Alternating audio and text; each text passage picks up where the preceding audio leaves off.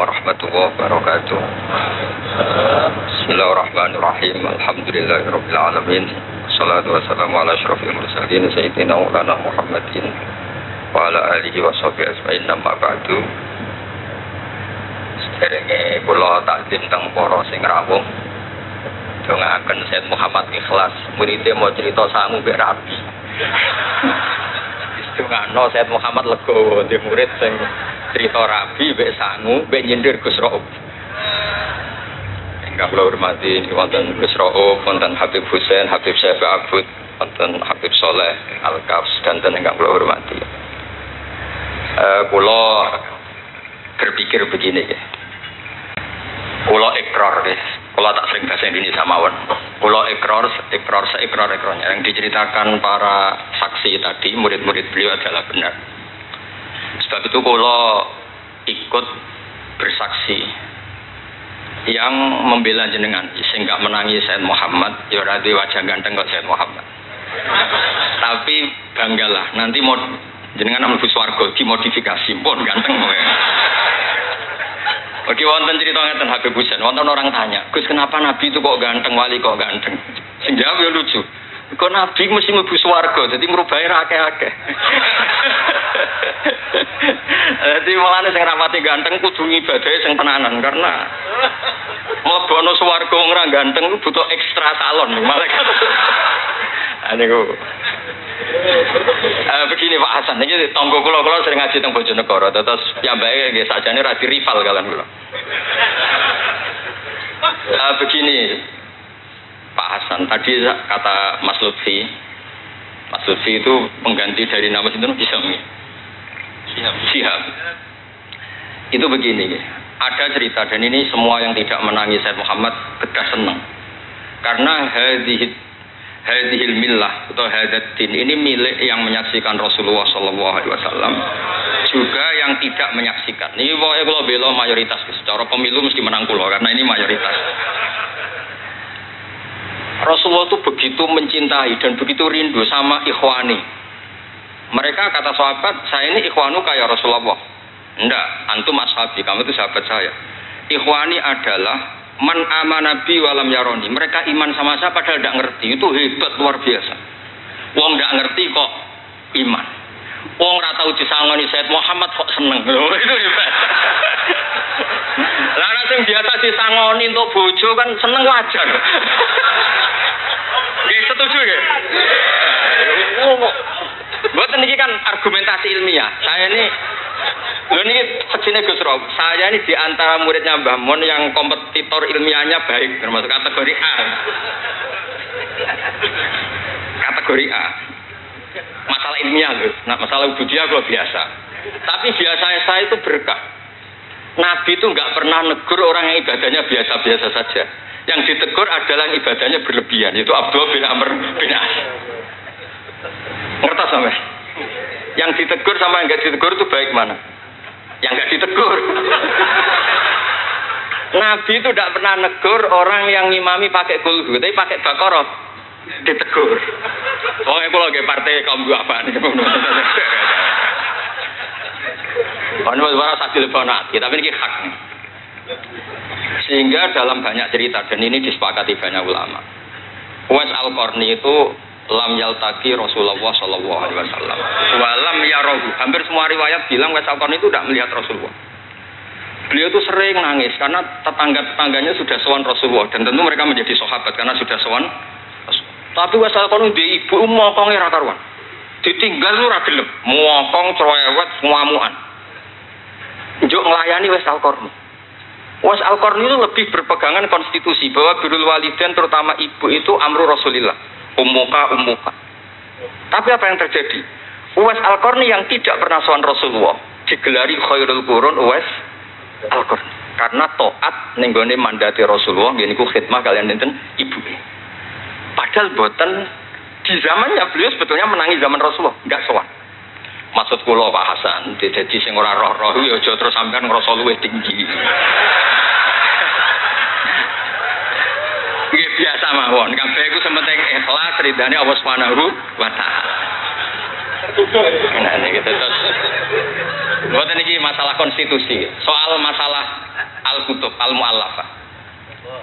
Saya ini tadi kata Gus Raum, saya itu orang mungkin yang tidak mulazim ke Sayyid Muhammad, tapi kata tadi Mas Lutfi, kalau sanad ke Sayyid Alawi saya tentu lewat Mbah Mun itu teman akrabnya bapak saya. Dulu ketika beliau mondok di Mekah itu yang nganter mbah saya, mbah kandung saya, namanya Mbah Sidik.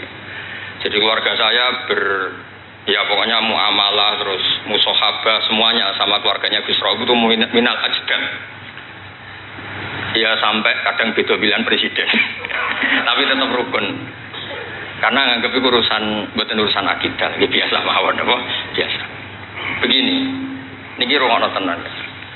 Saya entah berapa kali sampai lupa nyetak kitab, tapi bukan nyetak komersial. Saya lagi bukan komersial, jadi ini nggak perlu menyinggung siapapun, nggak komersial. Al-Hajju Fadha'il wa Ahkam itu saya nyetak entah berapa kali. Dan semua yang saya kasih Gus Rob itu mesti terus minta dibacakan. Kenapa? Karena semua fikih di Indonesia itu pasti bilang ar-ramyu itu ba'das zawal. Semua takrib mu'in i'ana semuanya pasti ar-ramyu itu ba'das zawal. Kunna natahayyanu fa idza zalati syamsu romaina. Kita ini nunggu zawalu syamsi baru romaina. Ki ramyu yaumil hadi asyar. Ketika ada peristiwa mu'assim terowongan Mina, karena jutaan orang ke titik yang sama di jam yang sama. Atau lagi jutaan orang ke titik yang sama di jam yang akhirnya Sayyid Muhammad memberanikan diri fatwa secara terbuka bahwa boleh ramyu qoblas zawal. Mereka mesti komplain. Iki kitab apa? Sampai komplain. Saya bilang ini yang ngarang putune Kanjeng Nabi. Kabeh bantah.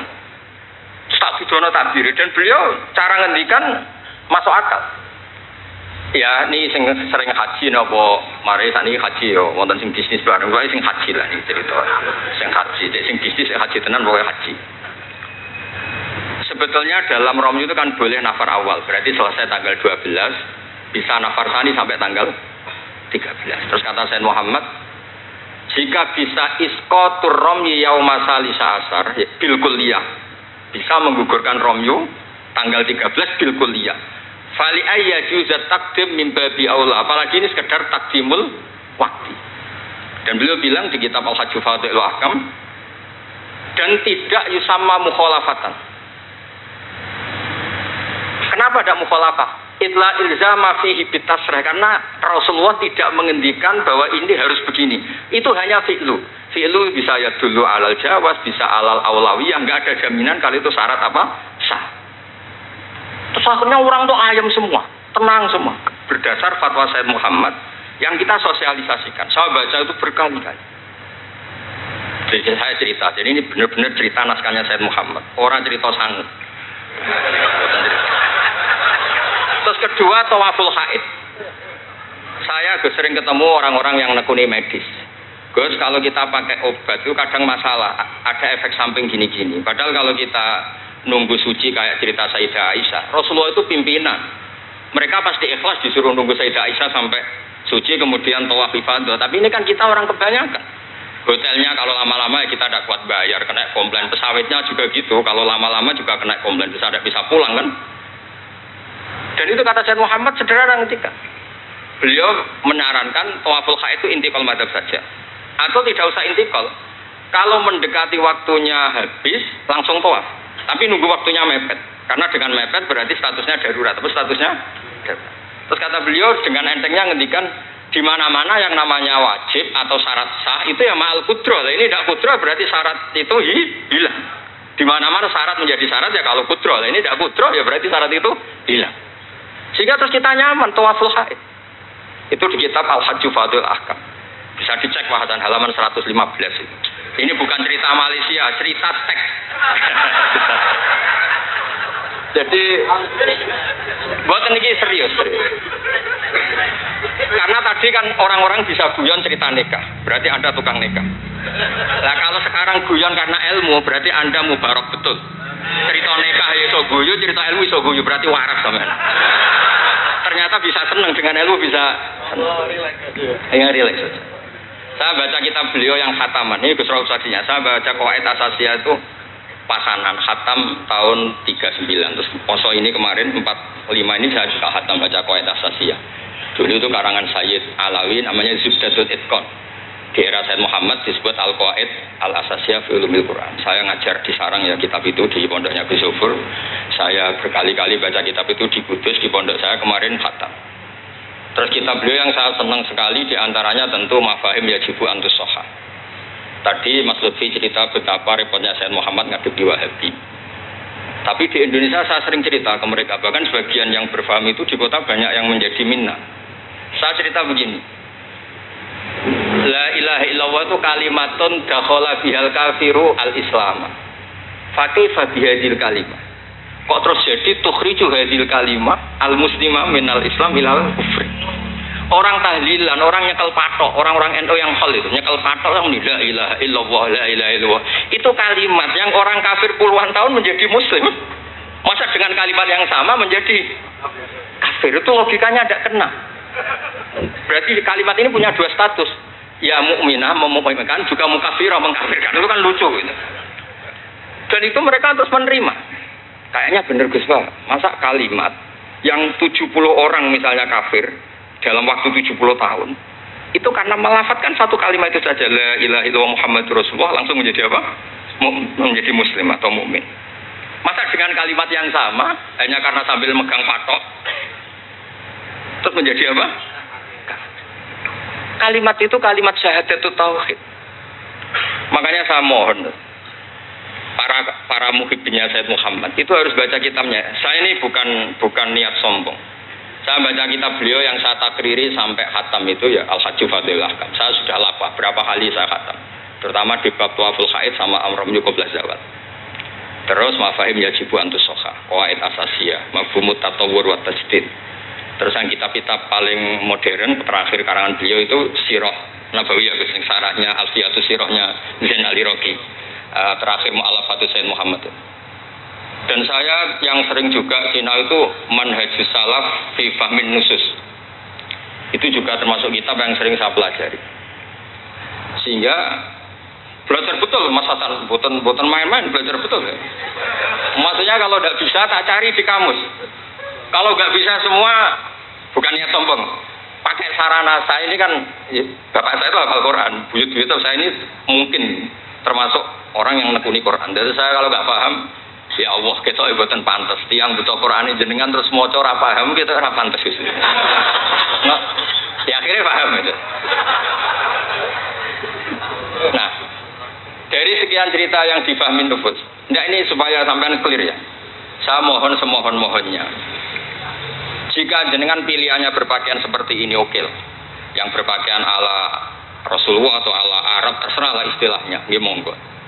Tapi yang berpakaian ala Jawa gini, saya masih ingat takbir itu di halaman 423 di Manhajus Salaf fi Fahmin Nusus. Itu beliau ngendikan gini.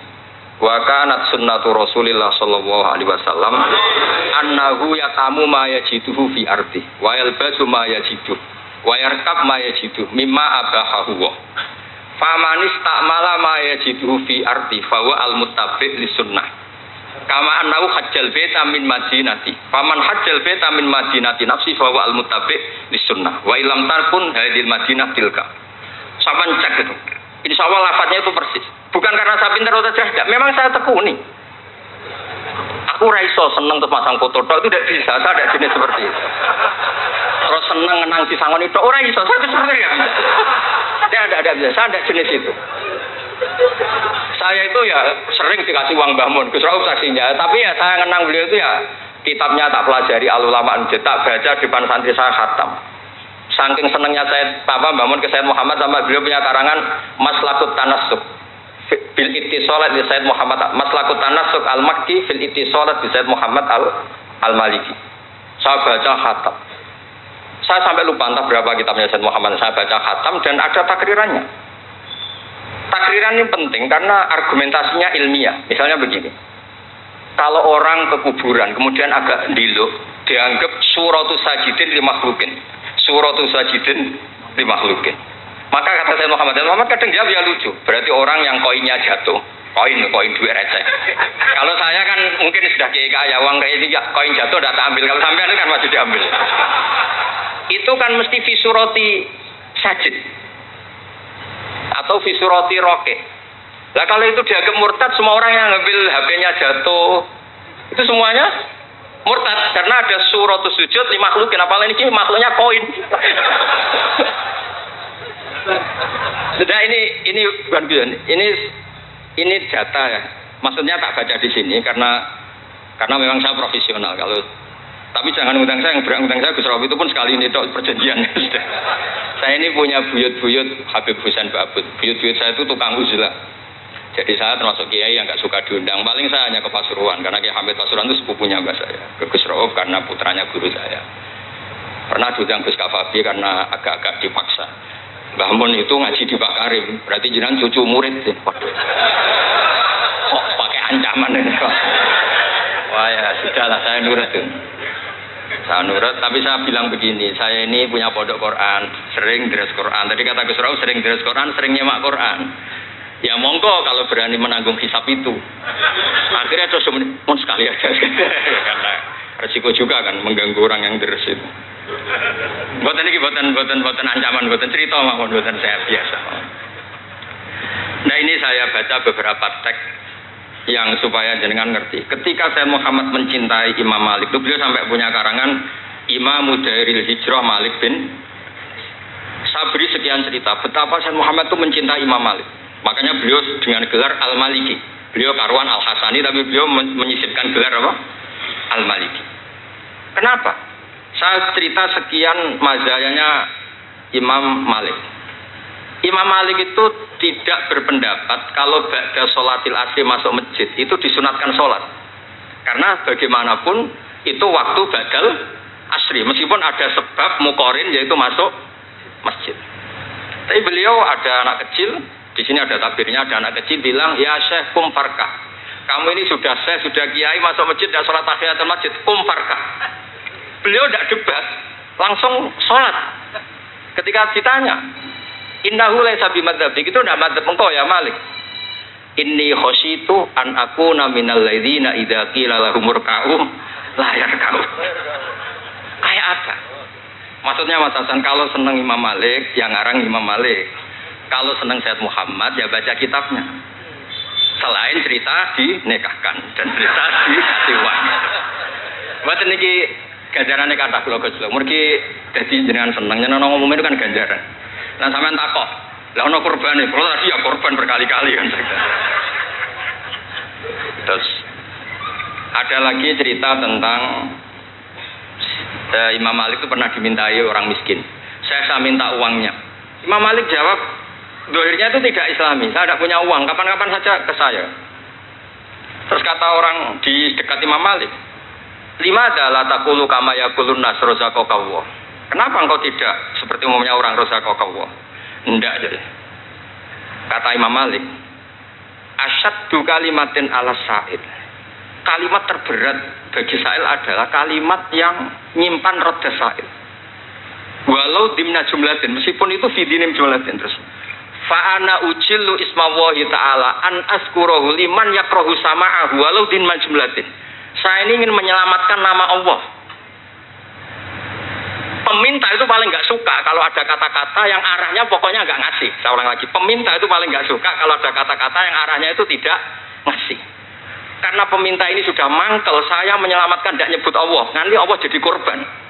Rozaqallah, itu Allah kapan? Nyatanya sampai sekarang tidak ngasih rezeki. Kan Allah bisa jadi korban kan? Makanya beliau nggak mau nyebut Allah. Fa'ana ujillu ismawah, saya menghormati nama Allah. Jangan sampai saya sebut di depan orang yang sedang nggak suka. Tadi karena ada jawaban yang yufidu radda. Kenapa yufidu radda? Yaitu pokoknya tidak ngasih. Kayak apa orang-orang? Saya ulang lagi, jadi ini saya termasuk, insya Allah termasuk kompetitor terbaik, termasuk. Bukan apa ya, karena menurut saya senang orang itu. Saya baca Ihya itu lupa. Khatam berapa kali itu saya takriri pakai naskah Gus Rauf punya. Saya naskah maknanya Bazubir saya punya. Ngaji Bahmun. Kalau nggak bisa masih pakai kitab Ithaf. Kalau naskahnya beda, saya cari naskah yang lain. Karena saya senang Ihya. Minhajul Abidin. Pokoknya kitab-kitabnya Imam Ghazali. Saya senang kitabnya Bahmun, Bazubir, semua. Bukan apa. Takut saya senang ternyata saya yukhalifu madzhab.